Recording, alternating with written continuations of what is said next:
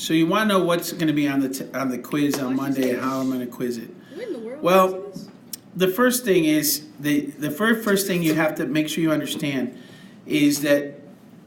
It's not just me though. You're the one who said, "Can you please go over me teach Do you know it?" this is all on a recording, right? It's all going. I'm not editing it. I'm just going to upload it. Hi guys, subscribe to my YouTube channel, Anaya Samad. Can I go on? Yes, sir. Thank you. Yes, sir. So, anyways, what's going to be on the quiz is the idea that genetic variation arises from a change in the DNA sequence. You have to understand that a change in the DNA sequence is known as a mutation. So that's what we're talking about with mutations. A bunch of different ways to get that mutation, and I'll be uploading this so if you want to see what's on the quiz, Kemp, you can watch it online if you like. I'm going to make this short because I'm not going to repeat what I did in class. But I am going to send this out and make sure everybody has a chance has an even chance of doing well on the quiz. So what arises from a change in nucleotide sequences. That's what genetic variation is, and these things are called mutations. So the idea of that these mutations can happen during DNA replication, okay, but they don't have to happen during DNA replication. So let's make sure you understand that. All right, so replication can lead to mutations via mistakes, but not all mutations come from mistakes during DNA replication. Right. Not all of them. Mutations is good. But no, that's not what I'm saying. DNA replication, when you're making copies of DNA, when you're doing mitosis or meiosis, you can have mistakes that lead to mutations, which is a change in the sequence. But that's not the only source of mutations. We'll talk about with the rest of those in just a second. So these mutations, though, no matter how you get the change in the DNA sequence, they lead to genetic variation. Now, another source of genetic variation is meiosis. And we've talked about that because you scramble up the genes that you do have. But in this case, mutations actually change the genes, right? And of course, genetic variation leads to diversity. So that's kind of a big deal. And one of the examples that we keep using over and over and over again, because it's really a classic example, is this idea of sickle cell disease, because it's a recessive trait, because it has both positive and negative consequences. You have this idea put in your head that I keep repeating, and if you've watched the two videos on the two different, on the practice test and again on the protein synthesis test, you realize that mutations can be positive, it can be negative, or they can have no effect at all. Okay, so all three of these are possible answers to the question, is a mutation, is it good or bad? It could be good, it could be bad, it could have no impact at all, because a mutation is just the change in a DNA sequence. It all depends, the effect of that change all depends on where that change happens. Let's take a look at that. So when you're looking at sickle cell, what's interesting is you have one single minor change, what most people would consider minor. You're going from one letter change in a very long sequence of nucleotides. You're getting one change.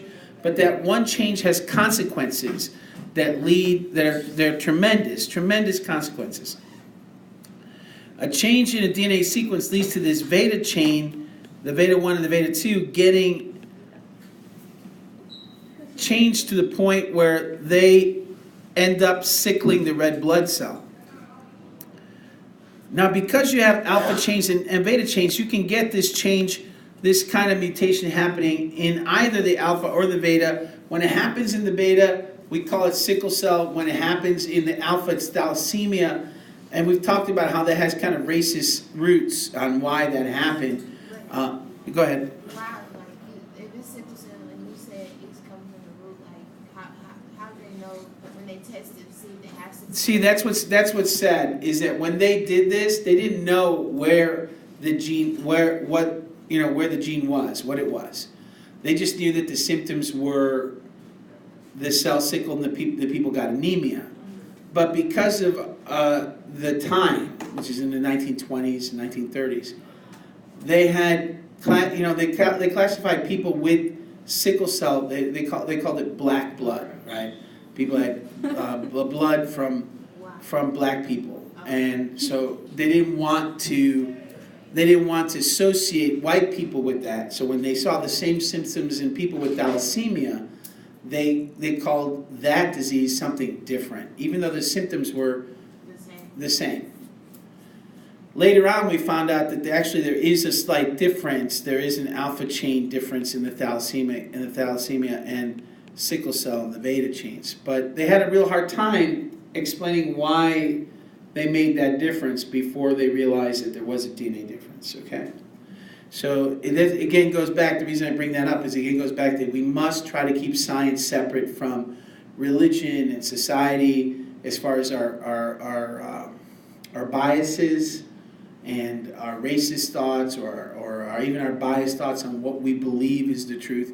We must seek truth in itself, outside of our as best we can, outside of our social status, our social environment.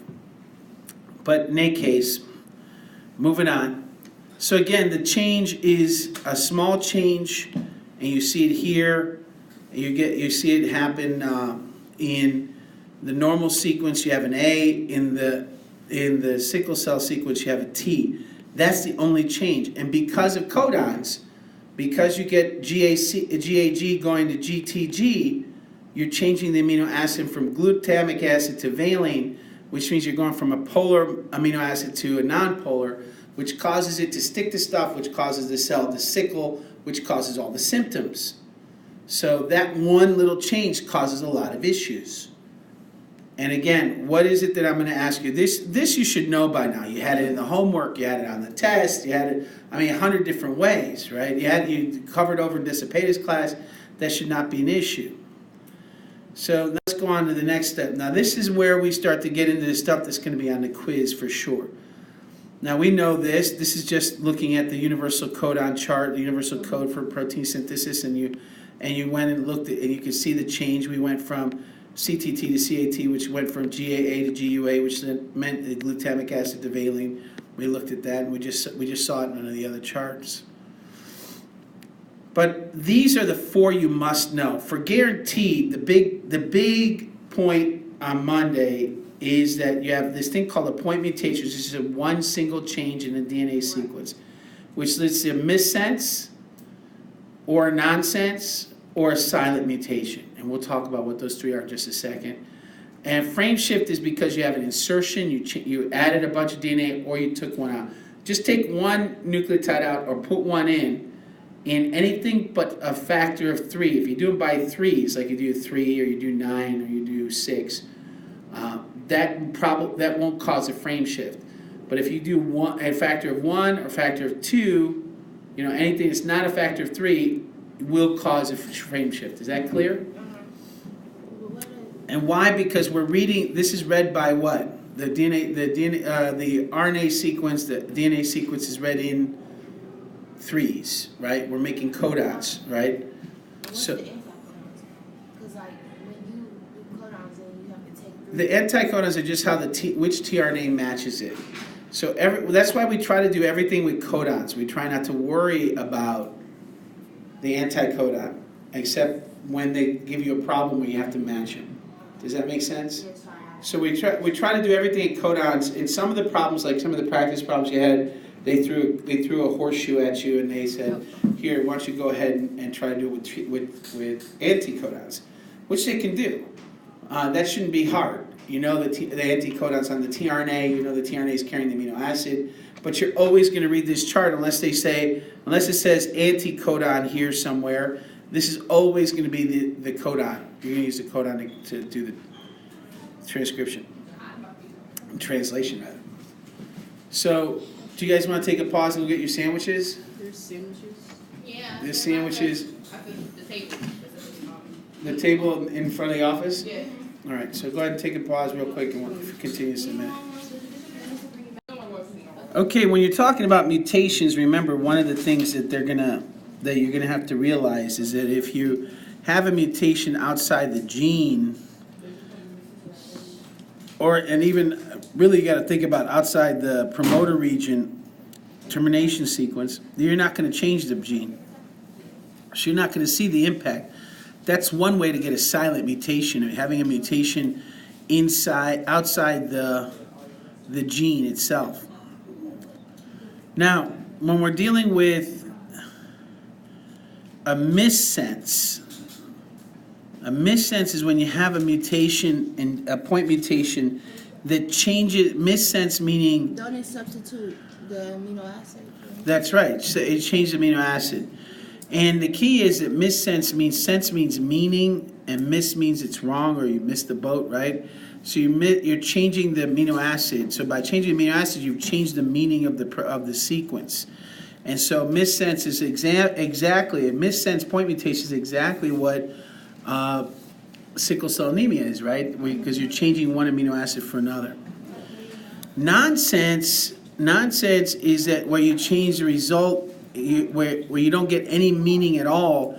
And the only way to get no meaning at all from a DNA sequence is if you get a stop, right?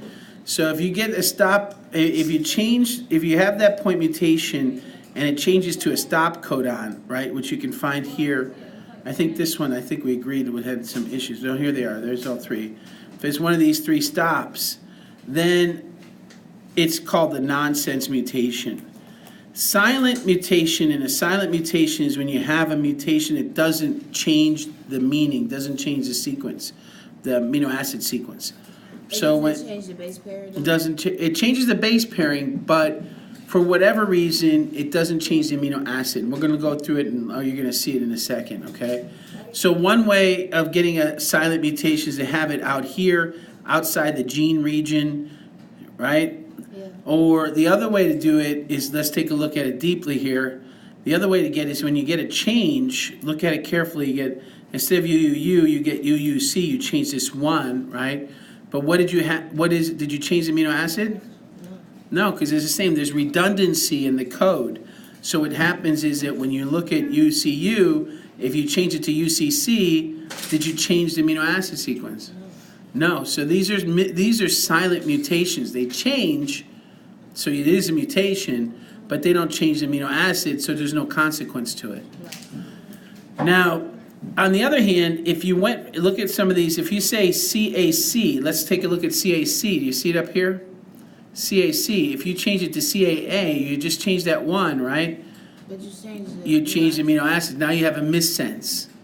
So do you get missense or do you get silent? It all depends on what you have and what you're changing it into. So that's kind of key.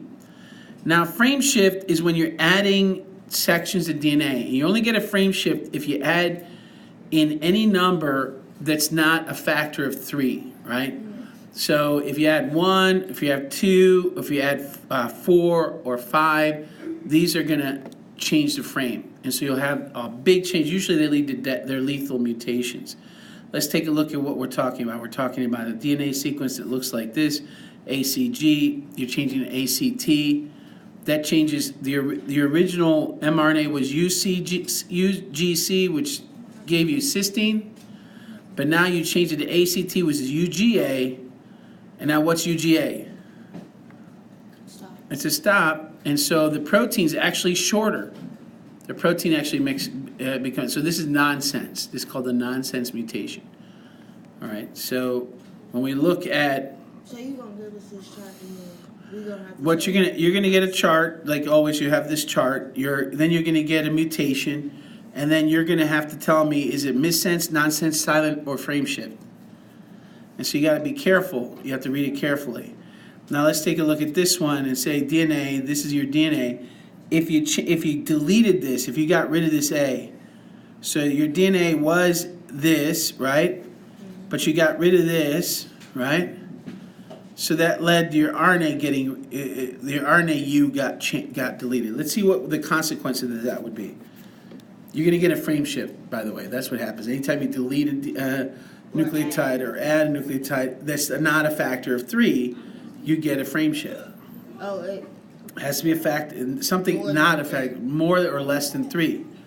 But also, any factor of 3, so 3 or 6 or 9, none of those will change the sequence for everything around it. So let's take a look at what happens when it's not a factor of 3. So you have AUA was the original. You're getting rid of this U.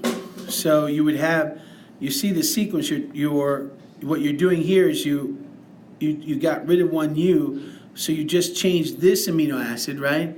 But then you changed every amino acid that came after it forever until the end of the DNA, because now the RNA polymerase is reading it for that gene, right? Yeah. Because as the RNA polymerase is going to have to read it, it's going to have to read it 3, instead of reading these 3 at a time, it's going to change everything after that because of the way RNA polymerase reads. What is a frame shift? That's a frame shift. That's what it means. That's why its frame shift is so serious, because now you change not just one amino acid, you're changing all the other amino acids behind it in the gene. And it's not going back because it's a mutation. It's a mutation, not coming back, not without some either really serious luck, I guess you'd call it, or some kind of technological advancement. We're not going to be able to change it back. So what you end up with in this case is a frame shift usually leads to deadly lethal mutations, because that will get rid of the protein. If the protein is that important, if a frame shift happens in the gene for melanin, then all you're going to do is create an albino, right? So it's not deadly. But if it's in the gene for serotonin, which is a neurotransmitter, then you're dead. If the frame shift happens for the protein that makes your heart muscles, then you're dead, right? So it all depends on the protein and when and where it happens. So this is just a summary of what I just talked about, and you can take a look at it, and you see that here you have this normal coding region, right? These are the 3 you're going to look at. And this one's a silent mutation because you went from a C to a G, but it did not change the codon. You still got the protein, changed the codon, but you have the same protein, the same amino acids, methionine, proline, threonine, arginine, then you stop. So you see they have the same product. So even though the DNA sequence is changed, it doesn't really impact the product. This don't create bromo cell? Huh? Bromo uracil? We'll get there in a second. So, and I said in class, you don't have to know the details, but we'll go over in a second. So here's A going to T, and that A to T changes something, and what it changes the arginine to histidine. So now this protein's changed. This is a missense, right? This was a silent, this is a missense. Now in a nonsense, changing A to T at this position gets you a stop. It gets you UAA instead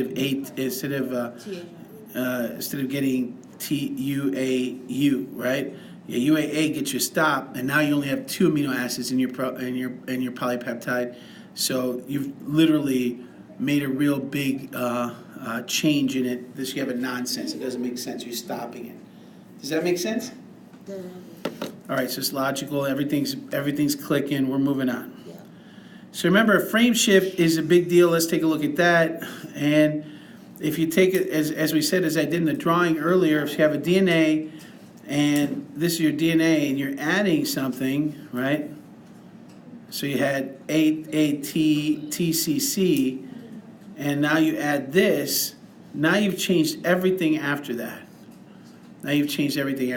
So now instead of adding leucine, argon, proline, and then stop, you have leucine, glucine, leucine, lysine. And now you're not going to get a stop unless you get a stop randomly down the line, because your stop was here, you got rid of that stop.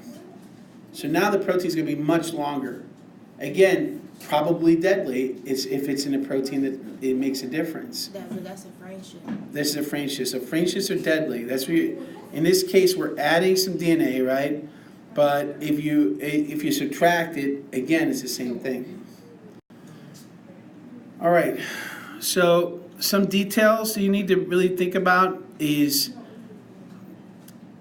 this is again a summary. And it gives you examples, all right?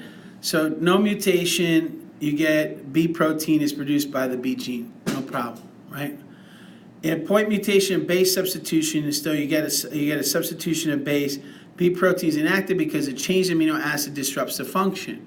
So that would be the example of missense, and that's an example of sickle cell. So the change in the sickle cell gene causes changes in hemoglobin protein, which causes a problem, right? The function is affected, yeah. When you do the substitution, is it complementary? Well, what happens is you substitute in the DNA, and then when you make the mRNA, you get a different complementary, so that changes the code, your codon. If you change the codon, you change the amino acid. Sometimes it doesn't, though, right? Because it depends because of the redundancy in the universal code. There's more than one way to get threonine, for instance, et cetera, right? So an insertion is when you're adding pieces of DNA. So a protein is inactive because its inserted material disrupts the proper shape, or a deletion, it's inactive because a portion of protein is missing, or it might be the whole protein stops. Who knows? If you got a nonsense, it could do that as well. Transposition is when you switch the gene, the B gene or B protein may be regulated differently because of the change in the gene. So instead of being able to be turned on and off the way it should be, now you can't really regulate it the way you used to be regulated. And a chromosomal rearrangement, again, the regulation of the gene. But it's going to tell us if it's normal BHB, because when it's normal BHB, it's like GLU, and then... Yeah, you'll have to be able to read it. You have to set up the problem, but the key is that you understand that these are the different kinds of changes that can happen in DNA, and these are the consequences. All right. So lastly is this spontaneous mutation. Spontaneous mutations can happen. Now this is not this is not due to any external factors. Okay. So that's when DNA polymerase is making its copy during DNA replication, during mitosis, or right before mitosis, right before meiosis. You're doing DNA synthesis. You're replicating the DNA, and something happens that makes a mistake occur, and this is generally has nothing to do with the outside world. Okay, so it just happens spontaneously. It just, instead of a C, you get a U. Most of the time, DNA polymerase corrects it, but sometimes it doesn't. And so this is one source of DNA. This is one way you can get a mutation right here. And you can actually measure. We actually know how often DNA polymerase makes a mistake. It's on average, as we said, we're talking about probability.